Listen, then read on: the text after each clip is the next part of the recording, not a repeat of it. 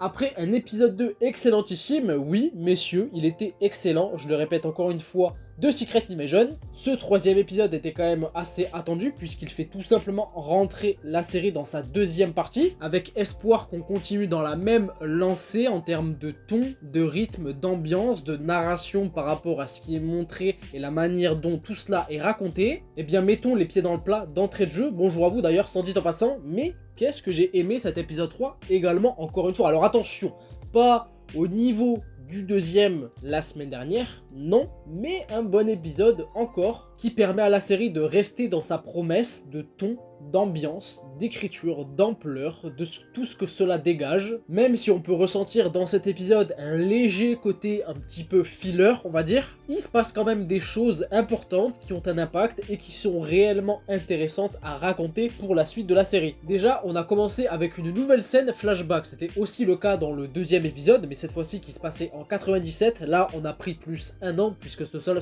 ce flashback, oula, c'était compliqué, se passe en 1998 à New York et concerne Nick Fury avec toujours la technologie de DLG qui est irréprochable techniquement. On aura beau dire non, mais c'est une série donc possiblement que c'est moins bien fait techniquement ou quoi que ce soit, pas du tout. C'est magnifique, c'est irréprochable, il n'y a rien à dire. Et du coup, on rencontre un Nick Fury à New York, dans un restaurant de burgers, tranquillement, qui vient prendre un petit café au calme et rencontre supposément pour la première fois, non pas la Skrull, puisqu'il avait déjà rencontré dans l'épisode 2, comme on pouvait le voir du coup dans l'épisode 2 en 1997, hein, c'était elle qui était venue lui présenter Gravik, mais rencontre sa femme sous sa forme humaine, entre guillemets, pour la première fois, femme qui s'appelle Priscilla d'ailleurs. Dans cette scène, en plus, on a une petite, oula, c'était compliqué encore une fois, référence à Black Widow, voilà, ceux qui l'auront, ceux qui l'auront pas, c'est pas grave, hein, ça change rien à la compréhension globale de l'épisode, c'est juste un petit détail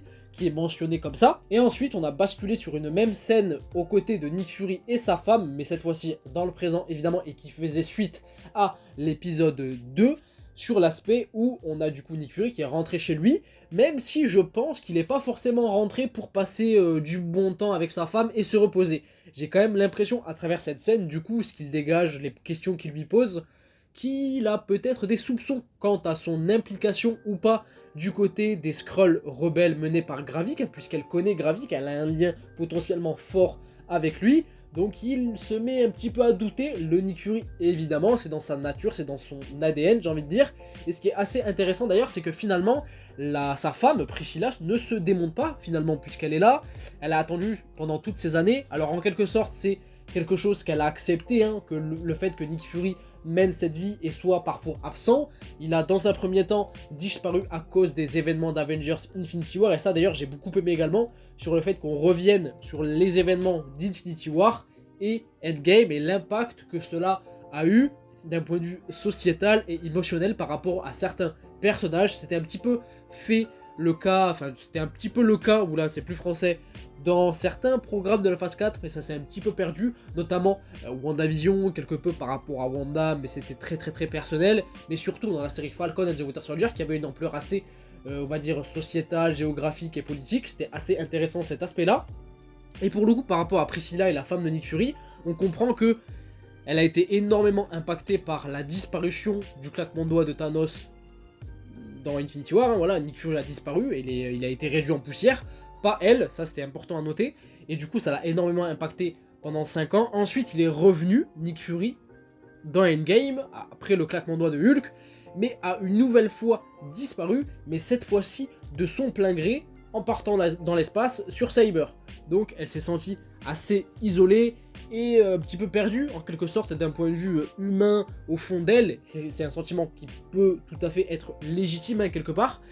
Et peut-être qu'elle a renoué avec certains Skrulls, ou j'en sais rien, mais en tout cas elle est clairement pas tout blanche, et c'est évidemment quelque chose qui va être beaucoup plus démontré et confirmé avec les toutes dernières secondes de cet épisode. Oui, cette critique est décousue comme d'habitude, est-ce qu'on est habitué? Oui, évidemment, mais c'est comme ça, bienvenue sur la chaîne de Zino, j'ai envie de dire, parce que à travers ces toutes dernières secondes de cet épisode, on comprend à la fois que Priscilla a des liens avec Gravik, donc est potentiellement une Skrull rebelle, peut-être, et surtout, le monsieur au téléphone, c'était qui? Et évidemment que c'était Rhodey. On a reconnu la voix de notre cher Don Cheadle ou de son doubleur VF, évidemment que c'était lui, et cela confirme que finalement le Roddy qu'on a dans Secret Invasion est un Skrull, et celui qui était face à Nick Fury dans l'épisode 2 également, même si c'était une scène excellente, l'épisode 2, leur confrontation, argument contre argument, intensité, c'était incroyable, ma scène préférée, même encore aujourd'hui, de la série, même après la sortie de l'épisode 3, mais c'était un putain de Skrull, notre cher Roddy là, c'était pas celui qu'on connaît depuis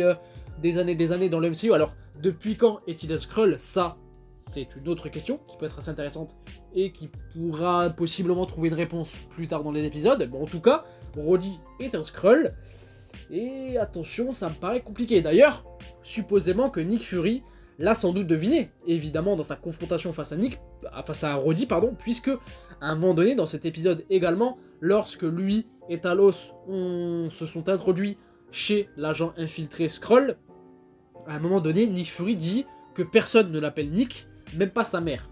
Et comment Roddy a appelé Nick Fury dans l'épisode 2, Nick, à plusieurs reprises. Donc, Roddy, c'est pas toi, arrête de mentir, c'est pas toi. Et en plus, je pense que Nick Fury l'a sans doute deviné. Et a fait genre que non, mais je pense qu'il a quand même deviné, c'est Nick Fury, le plus grand espion de la Terre. Faut quand même pas déconner. Il y a ensuite une chose que j'ai beaucoup aimé avec cet épisode, mais je vais me répéter à travers les autres vidéos dont j'ai pu parler par rapport à Secret Invasion, c'est Gravik. Bordel, mais j'adore ce perso, j'adore ce méchant. Vraiment, il a le potentiel. La série n'est pas encore finie, il reste 3 épisodes, mais il a vraiment le potentiel de s'imposer comme étant le meilleur antagoniste pour une série du MCU.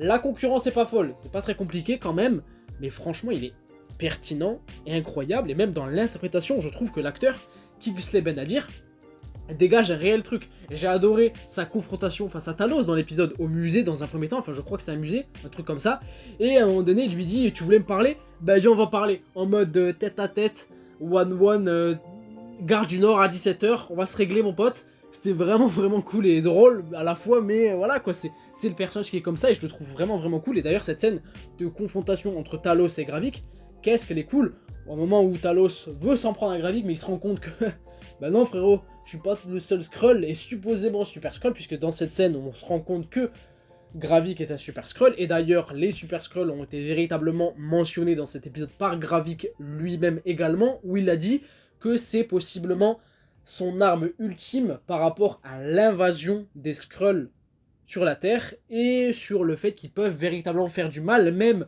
aux plus grands héros de la planète, tels que les Avengers par exemple, malgré tout, donc ça lui fait pas peur par rapport à ces Skrulls là, et je me dis quelque part que franchement les Skrulls, attention, puisque dans les comics ils sont solides, il y en a clairement qu'il faut pas vraiment rigoler avec eux niveau puissance, faut s'accrocher, et j'ai envie de me dire que pour la série, il y en a peut-être certains qui seront aussi assez balèzes. Alors combien seront-ils? On n'en sait rien, mais en tout cas, Gravik en est un, ça c'est sûr, on l'a vu dans cet épisode, et on le découvrira sans doute, évidemment, dans les épisodes suivants, mais combien seront-ils, et surtout, comment va falloir les arrêter? Parce que là, je me dis que des gars comme les Super Skrulls, niveau puissance, capacité, c'est pas Nick Fury, le plus grand espion de la planète, avec une précision hors pair, malgré le fait qu'il décadoye avec son pistolet, qui va faire quelque chose. Là, faut un personnage ou des personnages d'un tout autre calibre. Il y avait supposément Roddy qui pouvait avoir cet aspect super-héros par rapport à l'armure de War Machine également, par rapport à ça, et éradiquer cette menace, mais le Roddy qu'on a dans Secret Invasion, à part si le vrai sort de nulle part à un moment donné dans la série, mais il est du côté des Skrulls, l'enfoiré. Donc quel autre super-héros pourrait possiblement arrêter les Skrulls d'un point de vue capacité et puissance? Captain Marvel, puisqu'en plus, Carol Danvers est la seule qui a véritablement un lien à la fois avec Nick Fury, évidemment, mais aussi avec les Skrulls.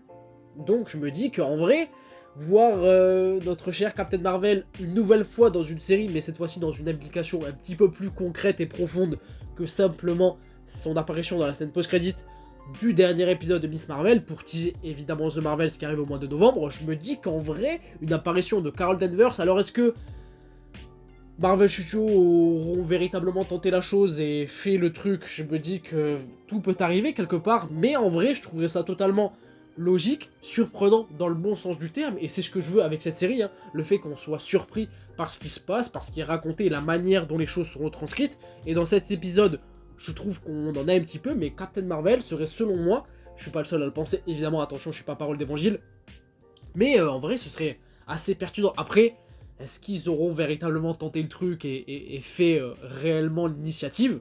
Ça, c'est un tout autre débat. Mais en tout cas, les Super Skrulls, attention, faut pas rigoler. Mais en tout cas, Gravik, je l'adore.